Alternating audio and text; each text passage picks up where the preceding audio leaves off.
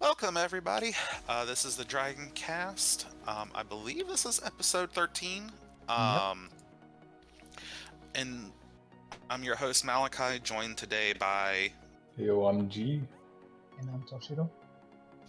and we're all on staff. We're all here to answer your questions about DBZ League.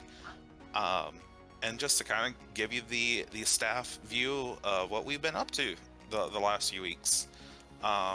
G, why don't you go ahead and get us started with the preseason? Yeah, so if you've been following the league already, you'll know that we just finished up our preseason and got into the first week of the main season. Preseason went by, I think, rather quick. At least it felt that way for me. We had probably one of the most fun outcomes of it, in my opinion, with I think Sentai being one of the two 4-0 teams in the preseason. Other, I think, was Royals. Yep.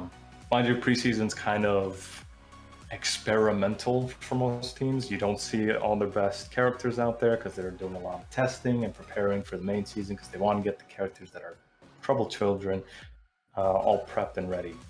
Characters like Majin, Vegeta, and Jiren, you kind of know they're going to be good, so you don't have to test them as well. But yeah, preseason was a lot of fun. If you didn't see it and you want to see some of the more experimental ideas that teams can throw out, you can go check that out. But beyond that, we also had the main season that started. Gosh. Oh, well, before I get into the main season stuff, real quick, I just wanted to give a quick shout out to our testers. Our testers did 1737, so 1,737 videos this off season, and that's just from January to the second week of May that we did it. So Yeah. round of applause to them. Mm-hmm. This is going to be roughly how long we have our off seasons going forward too. So it's pretty insane that they're hitting that much. Yep, and basically almost like 100 tests per team, or just more for the majority of it. So can't do this without them. A lot of people got a bunch of tests, and hopefully we get to see that as we go further into the main season. And shifting over to that, May season has officially started. Week 1 just happened yesterday on the 11th. Had some very close matches and some great moments that you guys definitely do want to, take a look at and everything as the episodes come out, or just watch the stream. Let me just say the balls on muscle for their play. Yep. Balls on them. And it paid off. That's all I have Sort to of. say. They got the moral victory. Yeah, they got the moral victory. It was glorious. Y'all may be seeing a short of it soon enough, but definitely give it a watch. You get to see basically what all these teams have been working on, and like I said, how many tests we were able to pull off this off season is looking to be a very great main season. And I'm a little bit biased here, but I'm hoping that everyone does well as long as they're not against my team. So yeah, but I believe that is it for the most part. Next, I believe we have is now the player calculator. Yeah. So as most of you who are long-time listeners know, we have a few tools in the league to help us out, whether that be the website, the stat spreadsheet. We also have the player, what we call the player calculator, which lets you put builds on characters and figure out how much damage a B2 will do, or how much a character can do with their melee. We'll have a new minor release coming out this week. There's just been a number of small fixes that have had to come in that got called out, and I had been hoping to hold off for the completion of a new feature, but in order for it to be helpful to people, it needs to be accurate, and after a certain point, there's just it just needs to get released and get into the hands of the people. So yes, I need to know when my my special fusion character, when they get down to like they lose 7 bars or 6 bars, I know that it just tells me you're dead now. I need that fix. I need to know my exact numbers. You do know you can always change that one yourself, right? No, it tells me you're dead. The modified stats are gone. For anybody who's interested in looking at the player calculator and messing around with themselves, if you go to our website in the links down below in our description, under the website, under the tab on the left called Useful Info, there's player calculator. You can find it there. Yep. Yeah, we'll be announcing that sometime this week. Yeah, keep an eye out for that. Alongside with that, I mentioned a moment ago, we do have a stat spreadsheet that tracks how well each player does during a given match. You know, things like how many B2s are hit, how much damage they've done, how they did in their clashes. We need people to help do that. Stats taking, like, it is a great way to get involved in the league, to start learning the mechanics, because you start, it just starts you from the very basics. So if you're looking for a way to get involved and to just help things move along, join us in the Discord in the link in the description, and we'd love to have you help. Let us know. Yeah, we love having more people to help do it. The more people we have, the more fun things we can do with stats that we can't necessarily do right now, just because it takes time. But yeah, so I think that's about it for our main topics. Now we're going to be moving on to questions.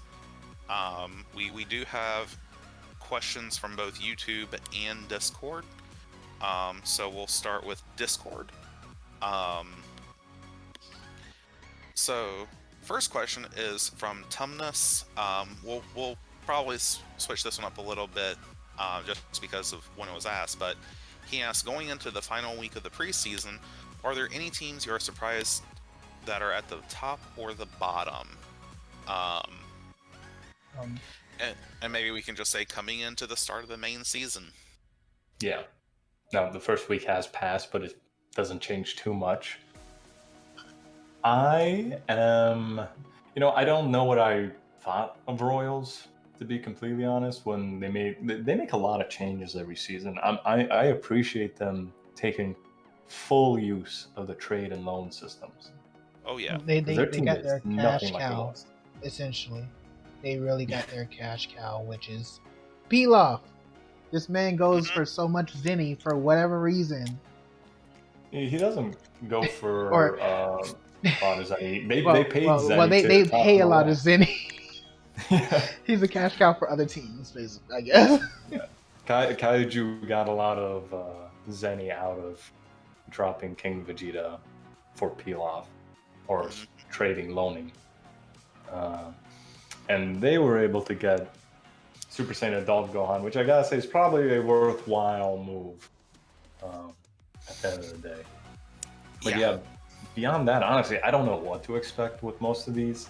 I'm happy to see Sentai looking so dominant even without Jiren being there 3 out of the 4 weeks, which is just good to see, because they've had probably the worst history in terms of win-loss records and playoff appearances in the entire league.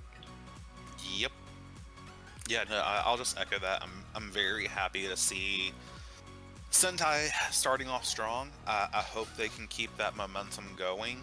I think some other teams, I'm also happy to see Cinema starting off well. They also received Broly in a loan this season. I'm also a little surprised to see Android struggling a bit. But they've just kind of had some problems with a couple core characters over the off season that they haven't quite figured out yet. Yeah, they are a unusual situation, especially since this is the first season in forever that they've moved Cell off of Perfect and onto Super Perfect. Yep. I gotta say, like, it's kind of hard to believe that they are struggling, because in the off season they were actually looking pretty strong with Super Perfect Cell through testing, and Super 17 was doing great. So I think Super 17 is still holding up. Yeah, he's still holding up. Like right now, it's mostly Cell and 16 that are struggling a bit. 16 for some And reason. 16 is a lost cause. He did well in week 1. Okay, Yeah, he did very well in week 1 at least. yeah, The first week that mattered.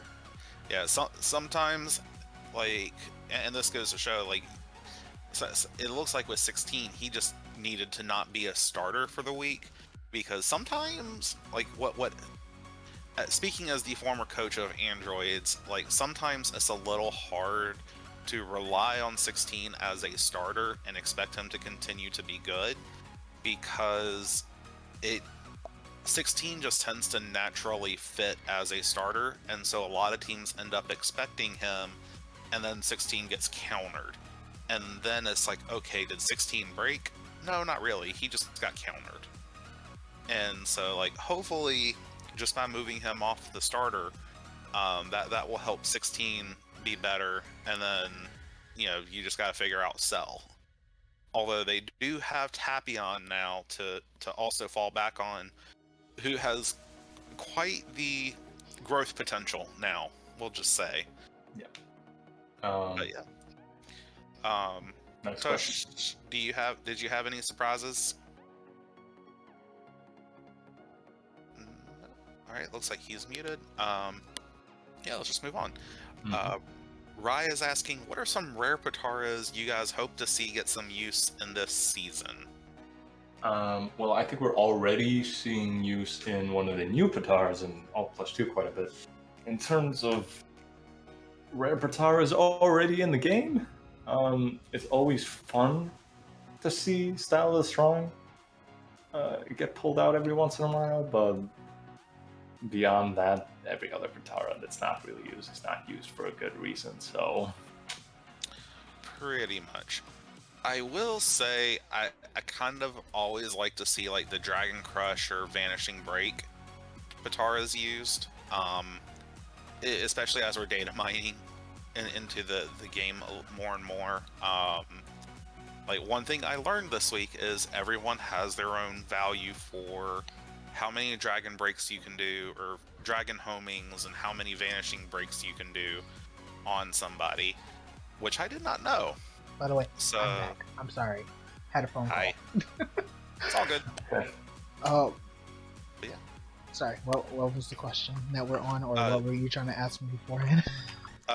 We have moved on to what Pataras see rare usage that we would like to see used this season. G brought up the new Pataras. I'm also there with the new Pataras. And then also the Dragon Break and Vanishing Homings, because as we're learning, each character has their own field for those that you can mod. So, and I'm just going to also shout out, I would love to see Ultra Divine Water be used by everybody this season, at least once. That would be amazing. Master Strike will never be seen in the main league. People try. I think Kaiju tried it on Raditz. I don't know if that was a fever dream. Like, I don't know if they used it in actual main league, or if they used it only in testing. But I just remember that was a thing that they were trying to do with him. I think that was in this offseason. You also saw Bujins use it on Gohan Buu a bit last season, or Super Buu in 2020, because they had both of their quick fast attacks used. So, but yeah, so similar question coming up right after that. Armed Ra is asking, what are some rare Pataras you think we'll never see use in the main league? Okay, hold on a second. Oh, can I think of any? Let me pull up the Patara list, because there's too many. Yeah, like, so for those who don't know, we did an audit over the off season, and we actually asked the coaches, here are some Pataras that are legal but see basically no usage, and we asked them to help us do that. I'm just gonna read off that list. Is that okay with you guys? Or at least some of it. I'm not gonna read the whole thing. We'll read off the most obvious ones. Rush Blast 1, which is a Patara that only increases speed. Active Heart, which is basically a worse indomitable fighting spirit. Battle Control. Let's see. I think that's... Yeah, Battle Control is the one that increases how your switch gauge. Quick Return supposedly helps when you get Guard Crush, and it helps you get back up a little bit faster. There's something like Persistent Threat, which is supposed to give you after image when you're like knocked down, but it's really flimsy when it activates. So Super Senses, which is supposed to help you lock on, like when someone gets hit with an ult and they lose focus, they get knocked when you're de-locked, Yep. this helps you lock on quickly again. Hatred of Saiyans. That one sees some use, but yeah, like that. That's Only- basically. I want to say only one team used that, and that was my team for Cyberpen. Yep. And Yeah, but like Proof of Friendship, Switch Gauge is max at the start of a battle. That's never gonna have a use because AI doesn't tag that early. Yep. Dragon Dash Mastery, which is where your Z dashing costs nothing. Yeah.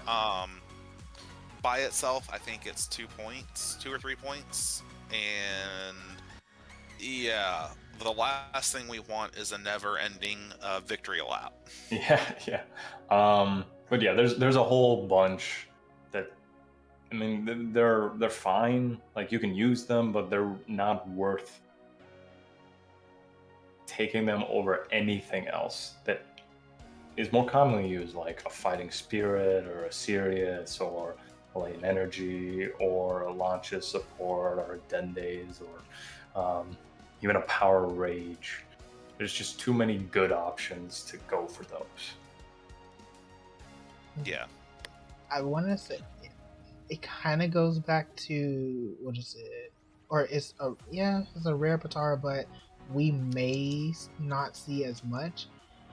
Now I know this is your one that you made, but Ultra Divine Water. I think I've only heard one person, like people tried it out.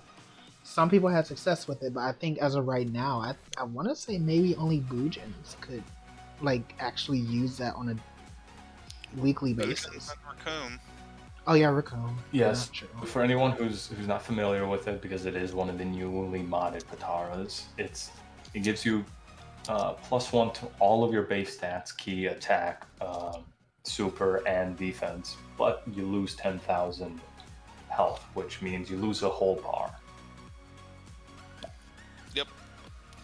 And it has potential to be really good. Like the way I always build it is you can see your highs go much higher, but you also trade it for your lows can go much lower.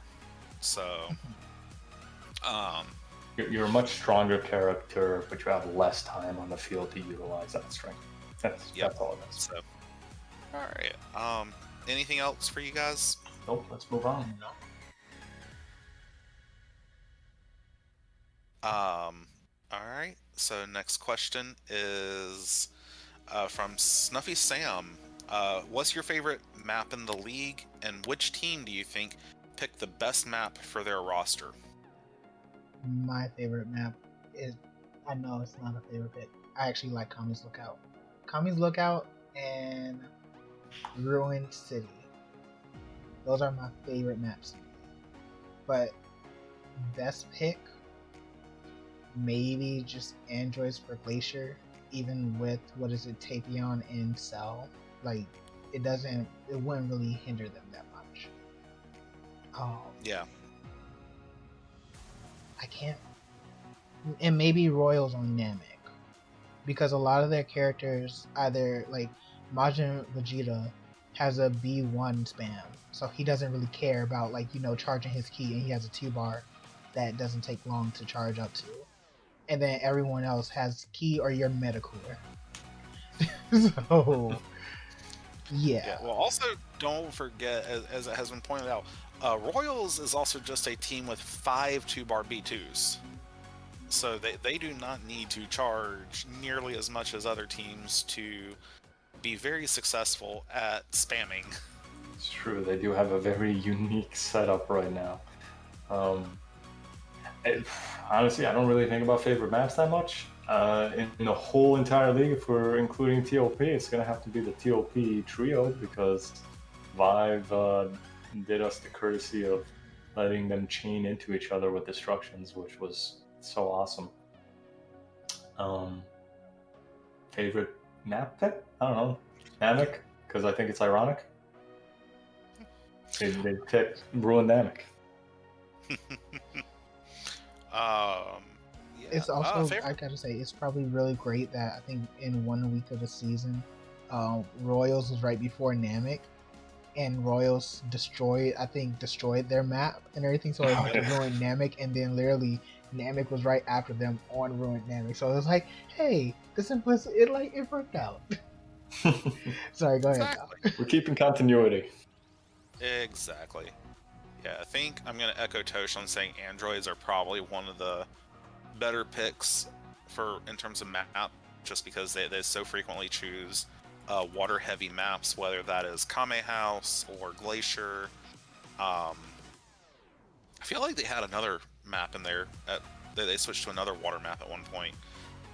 My favorite map is probably either going to be TOP maps or the Otherworld tournament, just because again, like they look so good. Vive did a fantastic job with them. Um, and they set the precedent and foundation for future changes.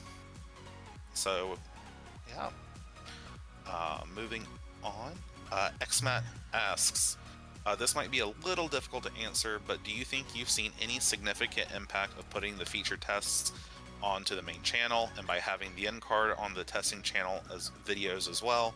And is it something of you're thinking of continuing next off season? So, I guess this is probably maybe geared more towards me since I did kind of push for it. The feature test, I want to say with the end cards of course, at the end of the videos, it really did help out overall. We saw like a steady growth for a good bit in terms of the featured test. I think it really helped because if I recall, we did get a decent amount of views from it, and I think it just echoes to what people generally see when they are on YouTube and they see like BT3 videos and everything, where it's just that it's not like set up and everything, it's only the fights. So I think in a sense it really did help us out. The featured tests in specific, I don't really know about the end cards. I think the testing channel is picking up a very specific type of viewer that's not going to translate well into the more structured league setting. But the featured tests provide a way to keep the channel active and also introduce people to like a very stripped down version of a league. An easy entryway and sort of like to get familiar with what's going on. So I think the feature tests in specific have been very helpful. We'll probably continue those for sure. Yeah, and like just on more on the stat side, I don't know that we've seen a significant impact from those. But that was also something we kind of only started right at the very end when we realized, hey, wait a minute, we're getting tests with like 1,000 views. How do we make use of that? And so just because of that, I think we'll probably continue with it next off season. Just kind of as G said, just to make sure there's constantly content going to the main channel. Yeah, depending on how like crazy are like, and also depending on how many tests we get, like how many tests we're able to push out. If anything, I may just like look specifically for a buffer and everything before we started like right off the bat. But that's something to talk about in the future. But also, Yeah. it would help out because I know I heard a few people saying, "Hey, a lot of Rugrats tests." Well, we need you guys since if we're doing this early enough. Um, just send us some of your favorite tests or something like that, and it will definitely help out because it will allow us to give us a more variety in terms of So what we're showing to our viewers. you heard it here, folks. If you have a test on the testing channel, you want to see featured on the main channel, send them all to Tosh. No, put it in the doc in the To- forums that I'm going to put up. To be fair, we just finished testing, so this is something we'll probably remind you guys of when the next off season starts. Yep. Yeah. So moving on. Gomel asked, were there any characters in particular you were impressed by this preseason? And on the opposite end of that, any characters you were surprised that weren't doing as well as they are typically known to do? Yeah, Majin Vegeta really impressed me during the preseason. He was an amazing bench warmer. Kept him nice and toasty for the Royals. Awesome work. Yeah. Okay. That works. I mean, I think I already talked about like Cell just kind of struggling in the preseason along with 16. So that's still just a team near and dear to my heart. Although I will say it was fun to see Trunks or Kid Trunks doing a very strong ult once during the preseason. Funny enough that wait, did I don't even remember if I put him on his alt build and that. I just know like 1 week. No go tanks. Okay. Yeah. I'm very disappointed. I'm sorry, Gomo. I don't know. In terms of impressed, I guess maybe like how well like Royals was doing and just in general the team as a whole. Tao definitely, in terms of Sentai, definitely clutched it up for you guys every now and then. In terms of the characters that, yeah, like you said, the opposite, Go Tanks. Go Tanks really, yeah, disappointed me there a few times. And See you next week. so, what is it? Because like he did well somewhat against Kaiju, and then ED just shut down Goten, which I'm kind of shocked. Krillin impressed me. I gotta say that he really did impress me because I was not expecting that, and I think they have Krillin on a new build, but I'm not super familiar with every week of the preseason, unfortunately, but if we include the main season week 1, I'm happy to always see Bardock doing well, and it's fun to see him toss out the alts like back in the old days. So I'm just happy to see him working again. Yeah. you wouldn't know that there's a little bit of bias in there if you weren't. Well, of course, there's bias. I'm not gonna hide that. I was the Saiyans coach in the past. Okay, everyone knows. I'm just saying for the people that don't know, like all of our histories in the league. Sure. I was the Saints coach. Bardock was one of the best characters I had, so of course there's bias there. Alright. Yeah, so moving on. Snuffy asks, what was your favorite mod added this past off-season, i.e. the costumes, fusion changes, UI changes, Pataras? Probably an easy answer, but I'm interested to hear if anyone has any picks besides Mr. Gray. Mr. You're talking about Jiren. Booze? Oh, Jiren? Oh, never mind. Mr. Gray. Yeah, the booze. I no, I was thinking Booze because the gray costumes. I know. I mean, besides Jiren, the next big mod was Hirudegan becoming a transformable state for Tapion. I think that's really cool. I like it. I think the most fun so far, though, has probably been Alt +1 as a Patara, because I think it's changing build metas. It's creating another niche, which is always fun to see. It's not dominating, but we've already seen a couple of characters use it effectively, which is great. Yeah. It's wonderful. So, for me, I had to echo the Alt +1. 21k ultimates are just amazing to see on a consistent basis. Well, you might have gotten one upped on how high it can go. Well, hold on. One character. Listen, I had a test that got near that, where Kid Trunks did 31k in an ultimate. I don't know how. It was a no-name ultimate, but it happened. There we go. I guess my other thing is because it personally affects my team is the fusion changes, because while the Broly rings were like, decent and everything like that, a decent like change outside, like, well, a step upward from what we used to do in the old league was just turn off transformations. This whole thing with the costume for fusion changes definitely helped out, and allows, while it's only one extra Katara slot, it still allows a little bit more build variety or what we want to do without having to worry about them fusing. And the UI changes. Me being on stats, yeah, it definitely helps out with the numbers and everything like that. So Yeah. I'm a little biased. I liked everything. So to give a little more context to what Tosh said, the fusion ability is controlled at the costume level for every character.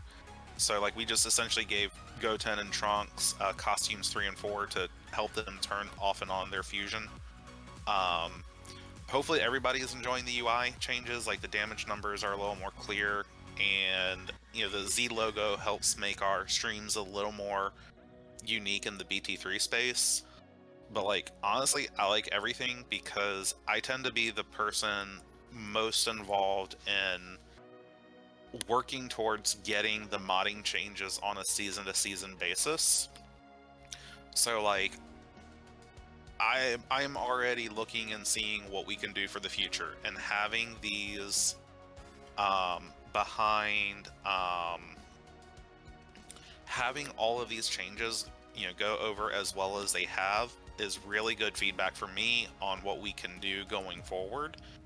And it's just really fun to see all the changes that come from it, despite the fact that Pink Evil Boo is cursed. Like I love having all the new costumes we have, and hearing people say, hey, we like the new costumes. That's good feedback for me to know, hey, let's go see if we can find other good costumes that would be good for the league to pull in. Is that same with the Pataras, creating those new niches for characters to fall into, or to have new filler Pataras to where, like as old as this league is, a lot of builds are getting a little samey, and it's just, okay, maybe someone will try a Dragon Break here or there, or, they'll try to use like Warrior's Will or something else that is very niche, and then abandon it or switch up, switch someone from a melee to a super build every now and again. And having these new Pataras to give people more options, I love it. Even if only a quarter of them end up being super successful. And of course, love having Jiren because new characters are awesome. Looking forward to the day when we don't have to replace characters and we can just do straight ads. yeah, so I can get more Rugrats characters, right? All right. On to the next question. Wow. GD, just make sure you also voice your thoughts as well, because I did earlier. ranted a bit. No, I did earlier. Okay, cool. So next question from Armed Raws: thoughts on the tier lists? Do you prefer them over the official stats? Is there any way you think they could be improved? Okay, so quick info dump for anybody who's not in the Discord and doesn't follow the general chat. I believe Arm Roz creates tier lists every week to showcase how each character has done. He places them each week in different slots for if they did like 10 to 20k, 30, 40k, or 30 to 35k, and like onward and upward. And then he'll do like compilation tier lists to see what their Overall average and overall is. Now, this isn't based off the stats on the league. This is based off a slightly more loose way of checking the HP. It doesn't include overkill, so it's a little different. and it's another way of sort of seeing how your characters are doing. And if you listen to the Capsule Cast, I believe they use it Yeah, they do. during their discussions, Yeah, week in and week out. they add it as a visual. Yeah, I think it's nice. I don't really know of better ways to improve it. It's not really my area of expertise, but I think it's nice, and it's always helpful to give teams and viewers more ways of visualizing. Oh, how are these characters doing? How is this team doing? What's going on? So me personally, I kind of prefer the official stats over the tier list. Like, it's great as I guess as a side thing, but for me personally, well, I do have somewhat of an issue. I get it, like with certain things. I know, like with Gotenks, I think he does something differently, where it's based off of their their starting health, Yeah. and all that compared. But like, I guess when you look at the tier list and then when you look at the official stats or like what he actually did, it doesn't paint, I guess, like a whole picture essentially. But also, I don't really like the, I guess, in a sense, eyeball instead of going by the numbers that are there. That's just my personal preference, if anything. Yeah, I mean, It's cool as a side thing, but I prefer official stats. Yeah, like I definitely hear you there. I think for what they are about as good as you can get. If you're looking for something that is reflective of what the official stats do, and you just want to reflect that with the league rule set on it, at that point just use the official stats. But for something that is just like, how did this character actually do, not including overkill, it's a really good thing, as has been said already. It's a useful but different way to look and see how characters are doing. In terms of improvement, I think it would have to move more from, you would kind of have to change the purpose of it to be more of a, how did this, basically just to reflect what the average stats do, because it just reduces the chances of confusion over what the tier lists reflect versus what the official stats talk about. But I mean, as I said, for what they are, I think they do their job really well. I think they're fun to look at. And when I also enjoy some of the naming schemes that are used when Armed Roz decides to do them. Mm-hmm. All right, on to the next question. Yeah, and then so Dor asked, what FAs do you expect to do well? Of the non-25 Zenny characters, which do you expect to suffer this season, all included? I'm going to go ahead and pair this with the next question from Snuffy, which is same question as Dor, but include the 25 Zenny characters, and specifically thoughts on Tapion's potential for the season, given he can now transform into Hirudegarn. Well, I think the fact that we've made him a 25 Zenny character kind of indicates our expectations with him. He's a tier above what he was last season. Amongst the 25 Zenny characters, I expect Adult Gohan to do great because, my god, he has one of the most ridiculous B2 kits in the league. I mean, I expect all of them to do great. I think Adult Gohan's probably going to come out on top in conversation of most ridiculous, as long as he can stay consistent. Not including 25 Zenny characters, I think General Tao's already proving to be one of the best, if not the best, of that group. And beyond him, I don't know how First Form Frieza is going to do. I hope he does well for Rugrats. I haven't seen a ton of him though. I've unfortunately missed a fair amount of his showings. So not including him, I'd say probably General Tao and Nam. And then for those doing bad, I mean, it's just going to be the 10 Zenny one, so I'm not really sure what to say there. The 10 Zenny ones are going to not do great. Double Man will not do great. Grandpa Gohan will be one of the worst of the active FA. Like, that's all it is, really. Yeah, like I could see Grandpa Gohan being potentially hitting above his weight class, just because he hasn't really been tested much, and so he is still there's still a bit of an unknown factor there because I don't think he's been tested much on this AI difficulty No, at all. I But think like, my point with him is more so that a lot of these FA characters are benched. Of the active ones, he's very clearly the second worst or worst, oh, depending on clearly, yeah. So he's not gonna hit above others. yeah, he's not. Yeah, Grandpa Gohan will definitely not be a adult Gohan or Tapion level character, but I would not be surprised if he was a good replacement for Zero. Oh, yeah. I will leave it at that. I think he can get his 35K a week. I think he can manage that.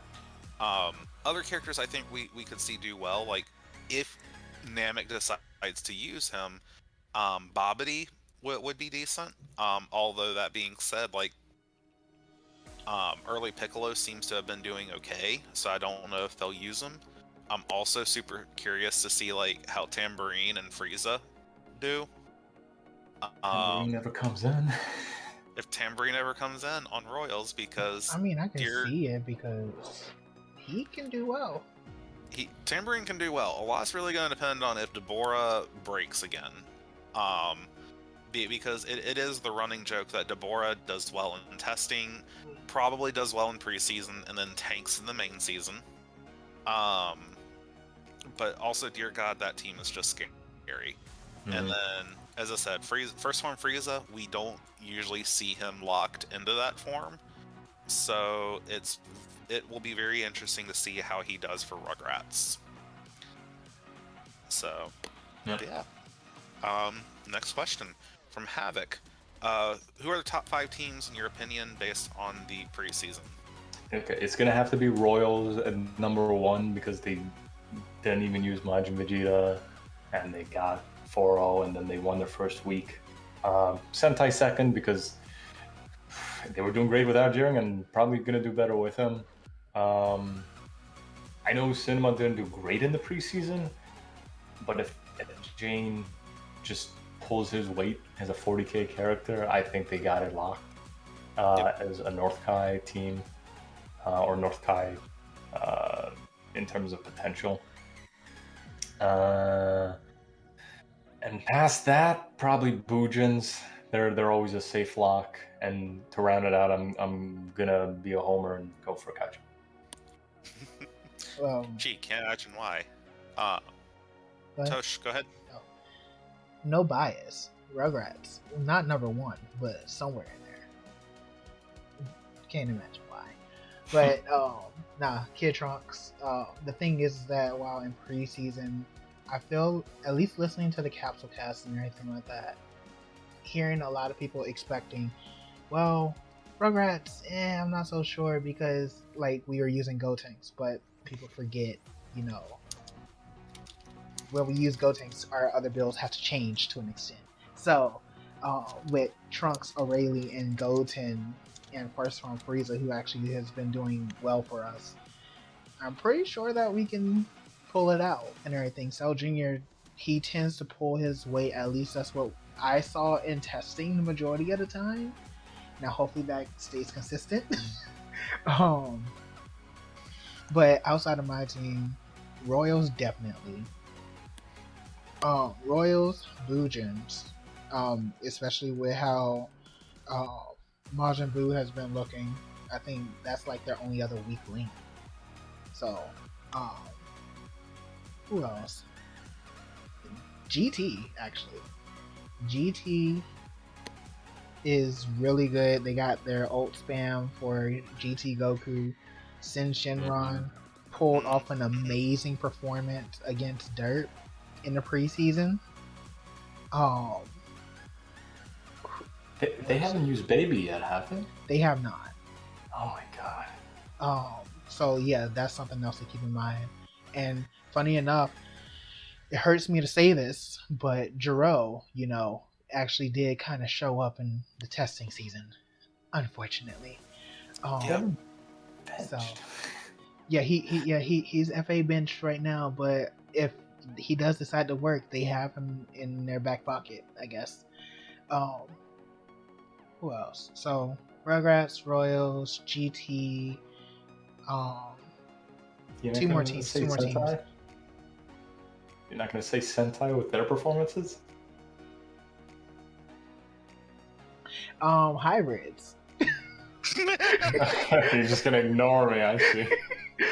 Sentai could do well and everything like that. I feel like it's Tao is strong. Tao has been it's a good pick FA, at least from what we've seen so far. Jiren can do extremely well. 20s, I mean, so. Jiren could do extremely well and everything like that.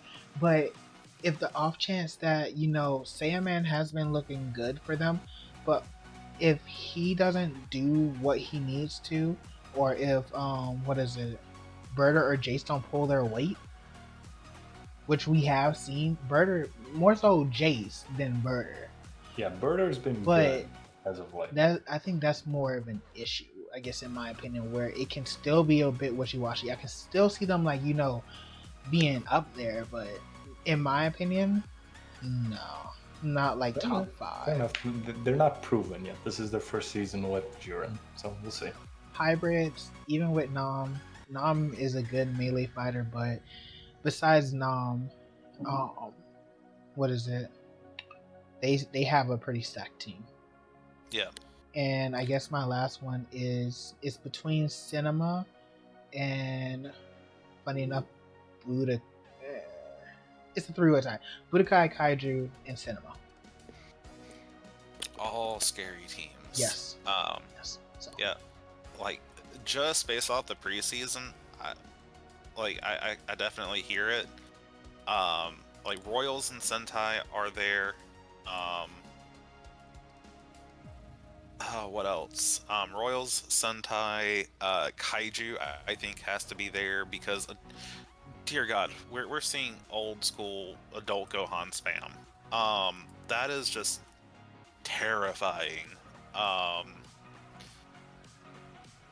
And then Cinema, if they get their act together, I feel like Cinema can, with specifically Janemba, we can definitely see them be in the top. But you also have Bujins, Budokai. Honestly, androids feel like they're so close. Mm-hmm. If they can just get all the pieces together at the same time, and then you add Tapion on top of that, that. That's another that's another bowl level team right there. So I guess before we move on, hopefully Cinema can get stuff working out, because weirdly enough, Broly was causing issues for them, I would think, before when testing was about to end. So I'm hoping that he, continues to pick up and everything, because I think there was a talk possibly about, FA benching.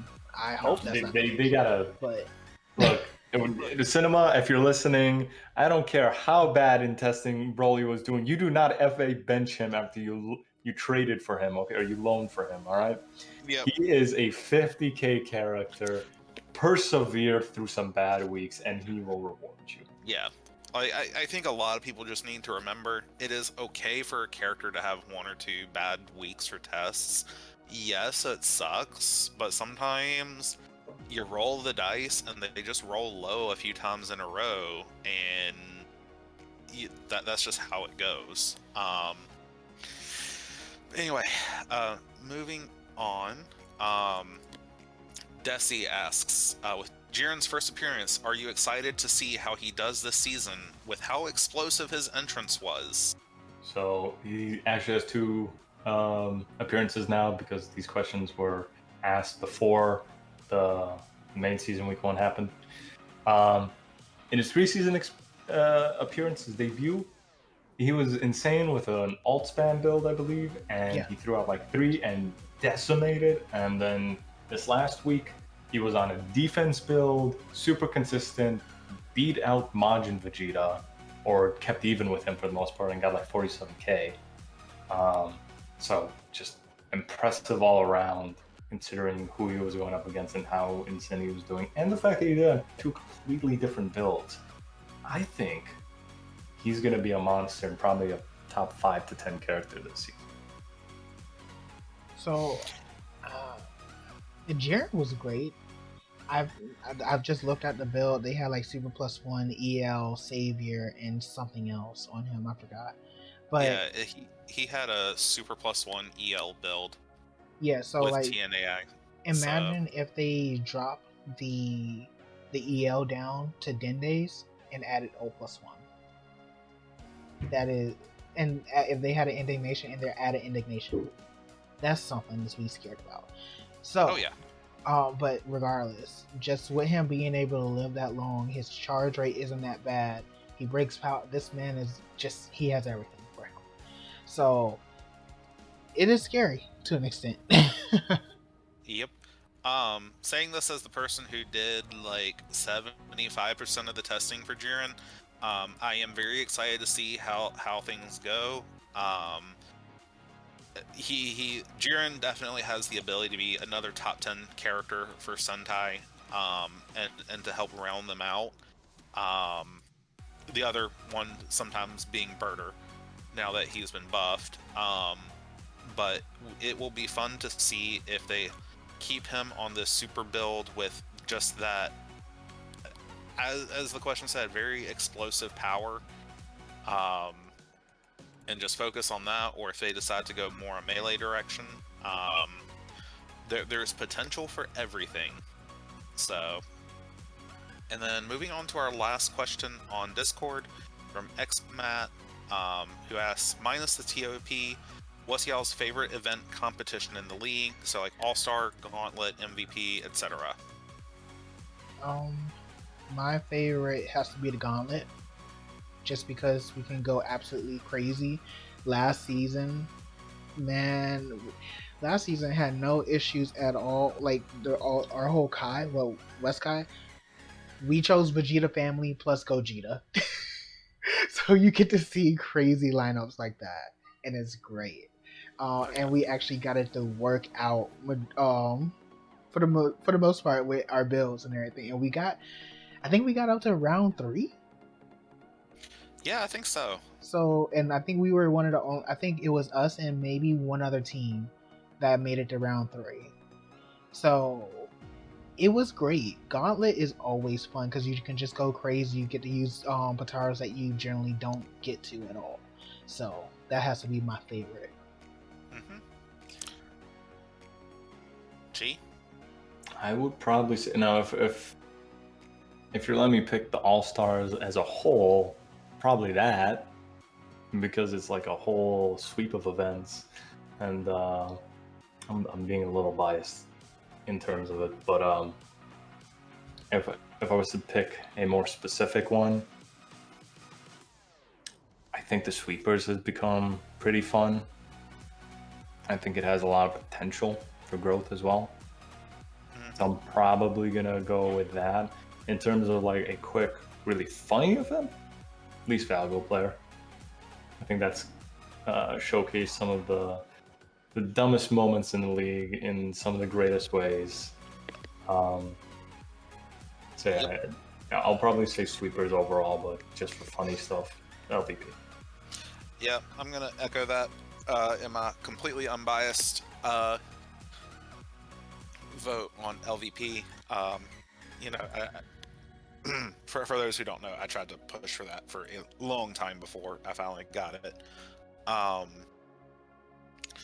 But aside from that, I would probably have to either go for Gauntlet or I would probably have to go for Gauntlet as well, just because it is fun to see. Like, I like some of the fun challenges of, oh hey, here's this thing that, you know, is considered way OP. Take regular stuff and beat it. So, and now moving on to our YouTube question from Lasting Ember. Do you guys think that any of the current teams that have been around for a while will be replaced with newer teams?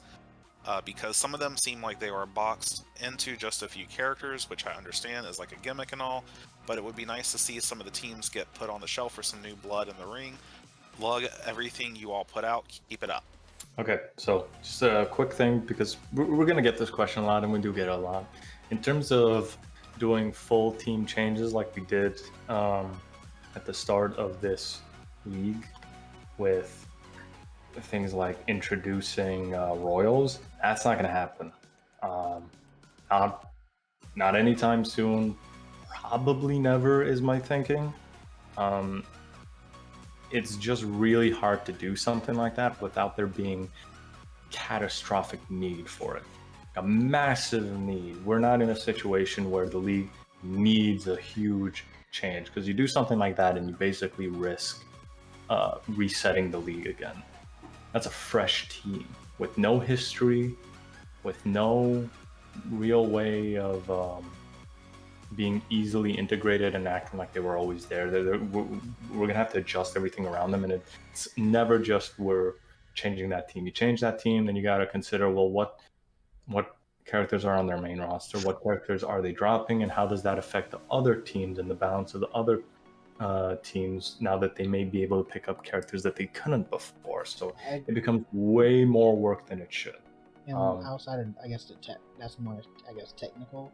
You also got to look at the community base. While the people on YouTube will actually like it, the people, unless we got to make sure that it's going to be still be popular with the community that we have right now, that will be working on the builds. Because if people don't want to work on like these teams and everything like that, it's going to kind of lost at that point. We need an active supporter base for those teams, is what Tosh is getting at. Currently, every team has a couple supporters. If we were to change a team up and the supporters were like, well, I like my old team, I don't like this new team, and we don't have people to run it, that's a bad situation to be in. Now, I don't know if that's the biggest concern in the world, but it's another thing on top of everything else. In terms of some teams feel like they're boxed in, we recognize that. We understand that. There are other ways that we're looking into it, but that's really all I'll say about that for now. Yeah, I mean, I don't think there's much else to add to that. But yeah, that is our last question. Any closing comments from you guys? Continue watching and everything. We hope that you guys enjoy this season. Tell your friends about it and everything. Follow us on TikTok and everything. We're trying to grow on other social media so we can reach out more and everything. All our links are down below, but if you're going to click on any of those links, click the Discord link. If you're not on Discord, join us. It's free. It's just like a big old chat. That's where we run the league out of. It's super important to us. If we can communicate with you easily, and in the Discord is the best way for us to do that. So please join if you got the time. Yeah. And with that, we will see you guys next time. Week 2 should be coming up. Should be in just a couple days from when this goes up. So we hope to see you there. All right. Bye. Later. Adios, guys.